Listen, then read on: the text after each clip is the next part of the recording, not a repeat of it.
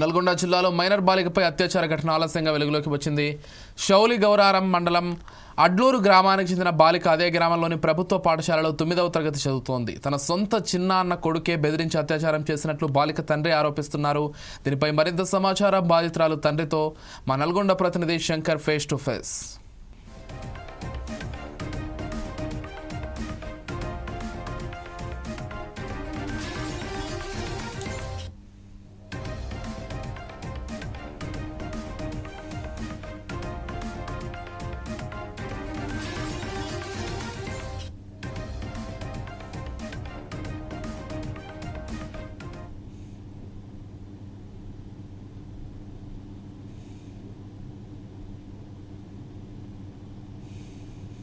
అడ్లూరు గ్రామంలో ఒక మైనర్ బాలిక సంచలనం సృష్టిస్తుంది. ప్రస్తుతం బాధితురాలు తండ్రి మనతో ఉన్నాడు. అసలు ఏ విధంగా జరిగింది, ఎట్లా జరిగింది, వారి మాటల్లో తెలుసుకునే ప్రయత్నం అయితే చేద్దాం. చెప్పండి అన్న, ఎట్లా జరిగింది? సార్ 20వ తారీఖు 1వ నెల 20వ తారీఖు 1వ నెల ఆ రోజు అనగా నా పేరు కడవంచి వెంకన్న, నా బిడ్డ పేరు మేర్సిరాణి, నా బిడ్డ 9 అవుతుంది. మాది గ్రామం అడ్లూరు, మండలం చాలిగౌరవం, జిల్లా నల్గొండ. నా బిడ్డ 9 అవుతుంది. అక్కడ మా పెద్దమ్మ అనే వ్యక్తి జయమ్మ ఇంటికి వెళుతుండగా కడవంచి సంజీవ్ అనే మా తమ్ముడు, అలా కొడుకు పేరు ఫిలిపు, ఆ అబ్బాయి మా బిడ్డని ఎగురేసి తిందురా అని ఇంట్లోకి పిలిచి ఇంట్లోకి తీసుకెళ్ళి తలిపేసి మెడలో కత్తి పెట్టి నీకు సంత నిన్ను అని బెదిరించి నా బిడ్డను చేసి నా బిడ్డ జీవితం ఖరాబ్ చేసిండు. నా బిడ్డ తక్షణం వచ్చి నాతోనే అమ్మ సంగతి నాతో చెప్పి నేను చచ్చిపోతా అది అనగా మా కులం పెద్ద మనుషులోకి పోయి అయ్యా నా బిడ్డకి అన్యాయం జరిగింది చెప్పినాక ఆయనకు చెప్పి నాకు చెప్పి బెదిరించి ఇక్కడ రావద్దు చేయొద్దు అని కూడా చెప్పారు. అదే పెద్ద మనుషులు చెప్పిన మాట ప్రకారంగా నా బిడ్డని తీసుకెళ్ళి మా మరదలని ఖమ్మంలో ఉంటుంది, మా మరదల కాడికి తీసుకెళ్ళి అక్కడ ఉంచి నిన్న 9వ తారీఖు 9వ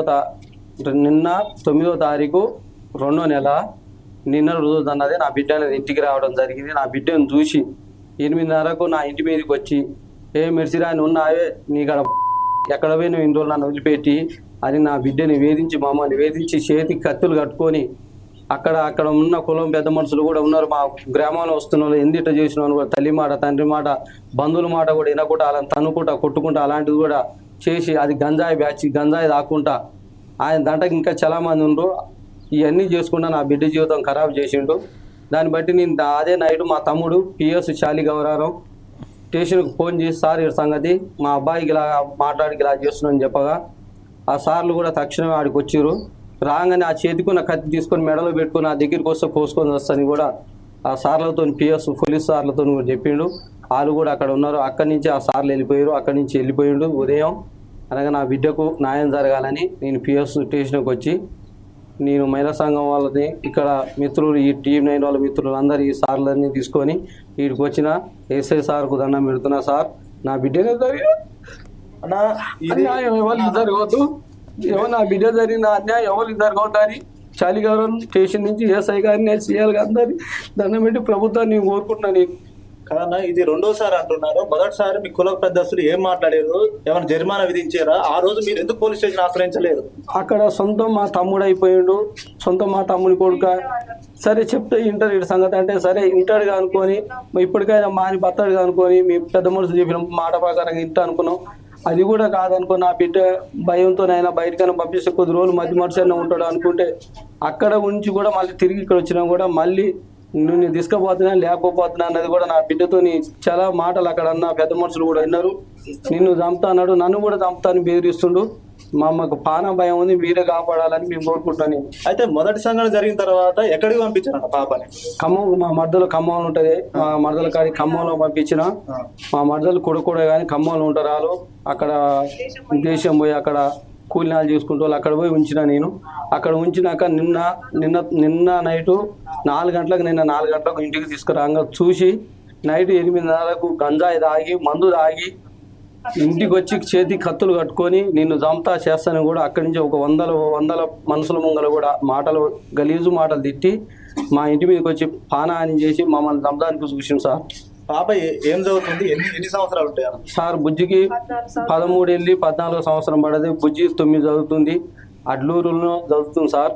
అడ్లూరు స్కూల్నే చదువుతుంది చివరిగా మీరు ఏం కోరుకుంటున్నారు, ఏం చేయాలనుకుంటున్నారు? సార్. నా బిడ్డకు జరిగిన అసలు అన్యాయం అనేది ఏ బిడ్డకు జరగకుండా అందరిని కాపాడాలని ప్రభుత్వాన్ని కోరుకుంటా, మిమ్మల్ని కోరుకుంటా, నా బిడ్డకు న్యాయం జరగాలని కోరుకుంటా సార్. ఓకే అండి, బాధితులు తండ్రి చెప్తున్న ప్రకారం ఏంటంటే ప్రధానంగా తన పాప మైనర్ బాలిక అడ్లూరు స్కూల్లోని 9వ తరగతి చదువుతుంది. గతంలో ఈ యొక్క తన సొంత అన్న కొడుకే ఇట్లా పాల్పడడం చాలా దుర్ఘటనగా భావిస్తున్నాడు. ఇలాంటి సంఘటన జరగడం చాలా సమాజానికే సిగ్గుసేటు అనేది చెప్తున్నాడు.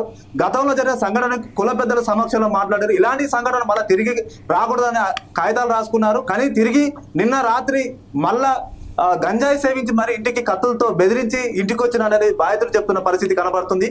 ఇట్లనైనా ఇట్లాంటి ఘటన తిరిగి ఎక్కడైనా జరగకూడదు, నా బిడ్డకి న్యాయం జరగాలి, ఇలాంటి తల్లిదండ్రుల గోచ ఎవరికి రావద్దని తన తండ్రి ఒక మీడియా ద్వారా వేరుకున్న పరిస్థితి కనబడుతుంది. ఇది ఇక్కడ తాజా పరిస్థితి. కెమెరా పర్సన్ వంశీ శంకర్, నల్గొండ జిల్లా పత్రిక. శాలివారం పిలిస్తే నేను పోయినా, పోతే ఎగిరెద్దింది రాష్ట్రాన్ని పిలిస్తే పోయినా, పోతే ఇంట్లేసి కత్తి మెడ మీద పెట్టి నువ్వు నాకడ లేకపోతే నేను నా మీద కత్తి మెడ మీద పెట్టి నువ్వు నాకడ లేకపోతే నేను లాపుతా అన్నాడు. నా జీవితం మొత్తం ఖరాబ్ చేసిండు. నాకు న్యాయం చెయ్యండి. పిలిస్తే నేను పోయినా, పోతే ఎగిరెద్దింది రాష్ట్రాన్ని పిలిస్తే పోయినా, పోతే ఇంట్లేసి కత్తి మెడ మీద పెట్టి నువ్వు నాకడ లేకపోతే నేను నా మీద కత్తి మెడ మీద పెట్టి నువ్వు నాకడ లేకపోతే నేను లాపుతా అన్నాడు. నా జీవితం మొత్తం ఖరాబ్ చేసిండు. నాకు న్యాయం చెయ్యండి. నా పేరు కడవంచి లక్ష్మి, నా బిడ్డ పేరు మెరిసిరాని, నా భర్త పేరు ఎంకన్నా. నాకు ముగ్గురు బిడ్డలు, ఇద్దరు బిడ్డలు, ఇద్దరు కొడుకులు, నాకు ఒక బిడ్డ. నా బిడ్డని చదివించుకుంటున్నా, ఉన్న ఊళ్ళోనే ఉన్న అడ్లూరులోనే చదివించుకుంటున్నా. అదే మధ్యాహ్నం 1కి నా బిడ్డని పిలిచి ఎగురేసిస్తారు. ఆ బిడ్డని తీసుకుపోయి చెల్లాని తీసుకుపోయి తలుపులు పెట్టి నా బిడ్డని ఆగం చేసి కత్తి పెట్టి ఆగం చేసిండు. నా బిడ్డ వచ్చి నాకు చెప్పింది. చెప్పినాక మేము పెద్ద మనుషులు మాట్లాడుకున్నాం. పెద్ద మనుషులు మాకు చెప్పిర్రు, వాళ్ళకి చెప్పిర్రు, మాకు చెప్పిర్రు, మంచిగా ఇప్పటి నుంచి రావద్దు, ఇట్లా చేయొద్దని చెప్పినాక మేము వినుకున్నాక నా బిడ్డని మా అక్క కాడికి తీసుకుపోయి మా అక్క కాడ ఉంచిన ఖమ్మంలో ఉంచినాక కూడా 10 రోజులు 15 రోజులు ఉంచి తర్వాత నిన్న తీసుకొచ్చుకున్న 4 గంటలకు తీసుకొచ్చినాక నైట్ తాగొచ్చి మళ్ళీ కత్తులు తీసుకొని నా బిడ్డ మీదకి మా మీదకి చంపి దాన్ని తీసుకుపోతా ఇంట్లోకి వెళ్ళి బయటకు వెళ్ళి తీసుకుపోతాని నా భర్త మీదకి మా మీదకి కత్తులు తీసుకొని చేతిలో కత్తులు కట్టుకొని తీసుకొని మీ ఇంటి మీదకి వచ్చి ఇట్లా చేసిండు. పోలీసు వాళ్ళకు కూడా ఫోన్ చేసిర్రు, పోలీసు వాళ్ళు వచ్చిర్రు. వాళ్ళకు కూడా వాళ్ళు చెప్పినా వినలేదు.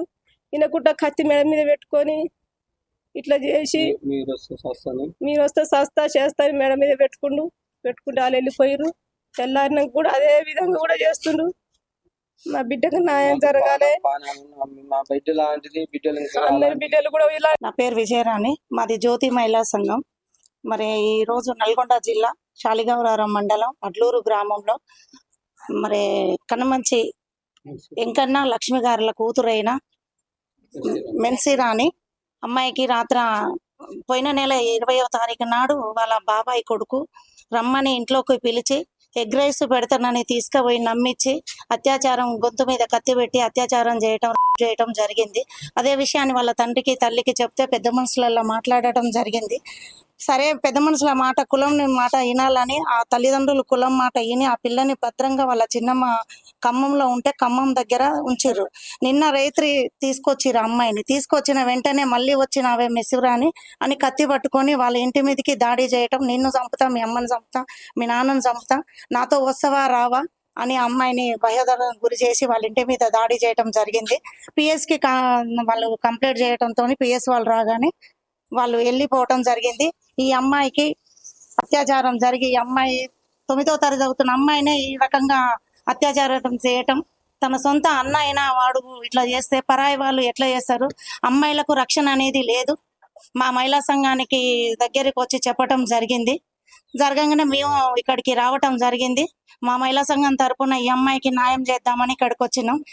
ఎవరైనా సరే ఇంత చిన్న అమ్మాయిలు అంటేనే అసలు చిన్న చూపు చూడటం జరుగుతుంది. ఎవరైనా ఈ అమ్మాయికి న్యాయం చేయాలని మేము కూడా ఆ అమ్మాయి తోడ ఉండి న్యాయం జరిపించాలని ఇక్కడికి రావడం జరిగింది. ఇలాంటి ఇంకా ఎక్కడ జరిగినా కూడా మేము స్పందించి కఠిన చర్య తీసుకుంటామని మేము మీడియా